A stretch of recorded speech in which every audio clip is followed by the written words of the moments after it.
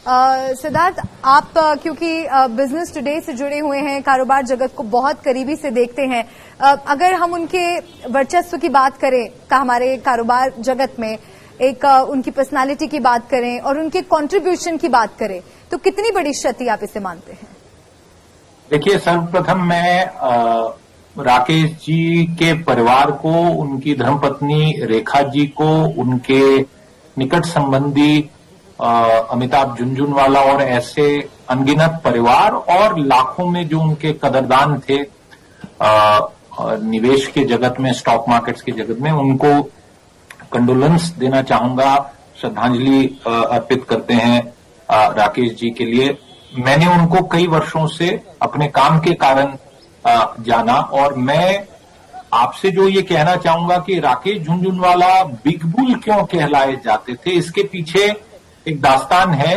क्योंकि मार्केट्स में, निवेश के जगत में बुल यानी जो हर हमेशा एक एग्रेसिव, पॉजिटिव और रिस्क लेने वाला व्यक्ति है, और बेयर उनको कहा जाता है जो डरे रहते हैं या जो मंदी एक्सपेक्ट करते हैं। तो बिग बुल इसलिए उनको कहा जाता था क्योंकि एक इंडिविजुअल इन्वेस्टर के नाते वो सबसे बड़े थे, और उनकी यात्रा, निवेश की यात्रा, उनके पिताजी इनकम टैक्स के एक बड़े अफसर थे। मुंबई में इनकी पढ़ाई पालन पोषण हुआ और इन्होंने पढ़ाई भी अच्छी की, चार्टर्ड अकाउंटेंट भी बने, पर ये नौकरी नहीं करना चाहते थे। और महज 5,000 रुपए से, उस जमाने में काफी बड़ा अमाउंट था, लगभग 37-38 वर्ष पहले इन्होंने अपनी यात्रा शुरू की। और अभी उनके जो सारे जहां जिन जिन कंपनीज में उनकी हिस्सेदारी है मार्केट के द्वारा, वो लगभग 46,000 करोड़ से ज्यादा है। और अगर इन 4 दशकों की उनकी यात्रा देखें तो मैं ये मानता हूं कि अपने देश भारत की भी जिस प्रकार से अर्थनीति की एवोल्यूशन हुई है, और जैसे हमारा देश बड़ा है आर्थिक दृष्टि से, वैसा ही राकेश झुनझुनवाला जी का भी अपना कारोबार बढ़ा। और वो दर्शाते थे कि अगर आप करना चाहें, आपके मन में एक एंटरप्रेन्योर बनने की लालसा है और आप एक साधारण नौकरी पेशा व्यक्ति नहीं बनना चाहते हैं, तो भारत में अपॉर्चुनिटी आपको मिलेगी। और इसी अपॉर्चुनिटी के चलते आज लाखों उनके कदरदान थे। एक छोटी सी बात कह के मैं आपके पास वापस बात को लौटाऊंगा। कुछ वर्ष पहले एक कार्यक्रम हमने मुंबई में किया था, बॉम्बे स्टॉक एक्सचेंज के ऑडिटोरियम में, और कार्यक्रम बड़ा सिंपल था कि राकेश झुनझुनवाला जी को आके आप अपने सवाल पूछिए कि कैसे बचत करें, कैसे अपनी आमदनी की संरक्षा करें और उसको कैसे बढ़ा सकें, कि वो सेव, इन्वेस्ट, प्रॉस्पर जिसे कहा जाता है।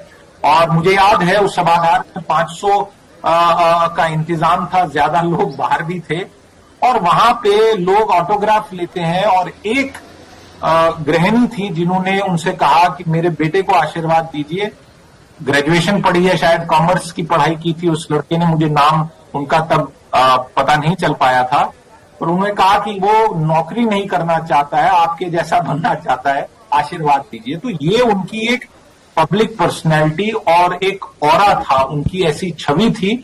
और क्योंकि वो कुछ हद तक बहुत साफ साफ और कई बार खरी बोलते थे, इसलिए उनकी पॉपुलैरिटी बिजनेस जगत के बाकी लोगों के जो सूट बूट टाइप पहन के होते हैं उनके कंपैरिजन में बड़े अलग प्रकार की पहचान थी।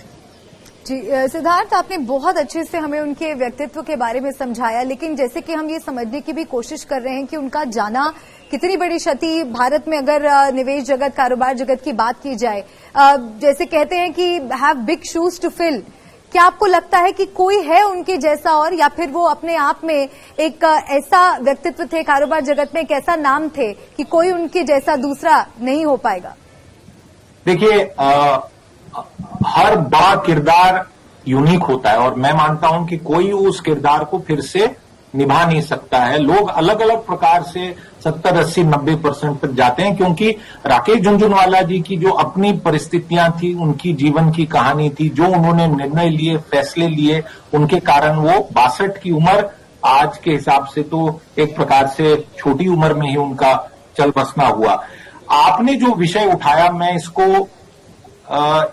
एक अलग प्रकार से इसका उत्तर देना चाहूंगा देखिए, एक चीज हमें समझनी पड़ेगी कि निवेश में और बाजार में, स्टॉक मार्केट में दो टाइप के प्लेयर होते हैं। एक होते हैं व्यक्तिगत लोग। आज जिस व्यक्ति ने 100 शेयर भी खरीदे हों, 10,000 रुपए भी बाजार में निवेश किया हो, और राकेश झुनझुनवाला जी जैसे 40,000 करोड़ के जो मालिक थे, उनमें फर्क इतना ही है कि वो बहुत बड़े थे और जिस व्यक्ति ने अभी शुरुआत की वो छोटे हैं। एक प्रकार से सब लोग राकेश झुनझुनवाला ही हैं, उनके साइज और स्केल में फर्क है। दूसरी तरफ इंस्टीट्यूशनल यानी बड़ी कंपनीज जो होती हैं, LIC मान लीजिए, भारतीय शेयर बाजार में LIC सबसे बड़ा निवेशक है, जो इंडियन कंपनी है, विदेशी लोग भी इन्वेस्ट करते हैं। इसलिए राकेश झुनझुनवाला जी की जो हस्ती थी, क्योंकि वो एक व्यक्ति थे और जिसे रैग्स टू रिचेस स्टोरी कहा जाता है, शायद उनकी रैग्स टू रिचेस स्टोरी नहीं थी। एक प्रकार से मिडिल क्लास या अपर मिडिल क्लास अपब्रिंगिंग से वो आगे बढ़ पाए थे। ऐसे कई लोग हैं जो बिल्कुल साधारण बैकग्राउंड से अच्छा उन्होंने कमाया है पैसा निवेश करके। और एक चीज जो बार बार राकेश जी कहते थे लोगों को कि लालच नहीं करना चाहिए, ये चीज बार बार मैंने उनसे व्यक्तिगत तौर से भी सुनी है और उनके बाकी कार्यक्रमों में भी सुनी है कि लालच मत करिए, 20% भी अगर आपको मिले उसमें खुश रहना चाहिए। यानी आपने वो पिक्चरें देखी होंगी कि रात में 2 रात में डबल का ट्रिपल हो जाएगा माल का, पैसे का। ऐसा राकेश झुनझुनवाला बिल्कुल नहीं कहते थे। और वो एक चीज और कहते थे कि अगर आपके पास पेशेंस नहीं है और लंबे समय के लिए आप निवेश नहीं कर सकते हैं, यानी लंबे रेस के आप घोड़े नहीं है, तो शेयर बाजार आपके लिए नहीं है। कहीं और पैसा लगा लीजिए, फिक्स डिपॉजिट में लगाइए। और एक चीज से उनको बड़ी नाराजगी होती थी जब कोई कहता था कि ये गैम्बलिंग है, सटोरेबाजी है। ऐसा कई लोग ऐसा मानते भी हैं। और कुछ जो स्कैंडल्स हुए स्टॉक मार्केट में, उसके कारण मार्केट की छवि को भी नुकसान पहुंचा। तो वो इस बात से बार बार लोगों को समझाते थे कि ऐसा नहीं है,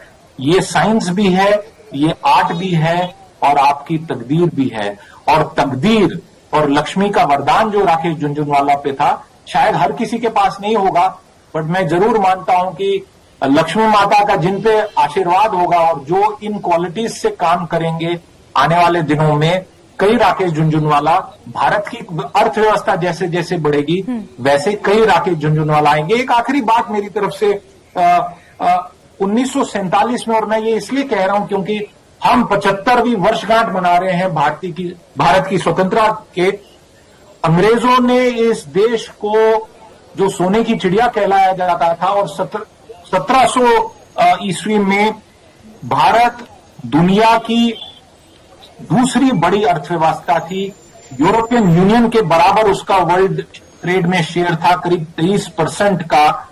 उस अर्थव्यवस्था को 1947 में अंग्रेजों ने बिल्कुल चूस के खाली कर दिया था और देश का भी विभाजन किया। और उस समय पे 1947 के अगर आंकड़े देखा जाए तो अपना देश मास पॉवर्टी का, यानी गरीब देश था, पिछड़ा देश था और बिल्कुल एक प्रकार से घुटने पे टिकाया हुआ देश था। हमारी आजादी के लिए बहुत खून बहाना पड़ा हमें। आज अगले 25 वर्ष तक, यानी 2047 तक की अगर हम कहें, तो मास पॉवर्टी से मास प्रॉस्पेरिटी, आज हम उम्मीद लगा सकते हैं कि हमारा देश वहां पे जाएगा। अगले 25 वर्षों में सबको मेहनत करनी पड़ेगी। इसलिए राकेश झुनझुनवाला की कहानी, और आज आप देख रहे हैं उनकी मृत्यु पे कितना एक सैलाब, जन सैलाब भावनाओं का निकल रहा है। शायद ये उससे जुड़ी हुई एक विशेष और खास बात है।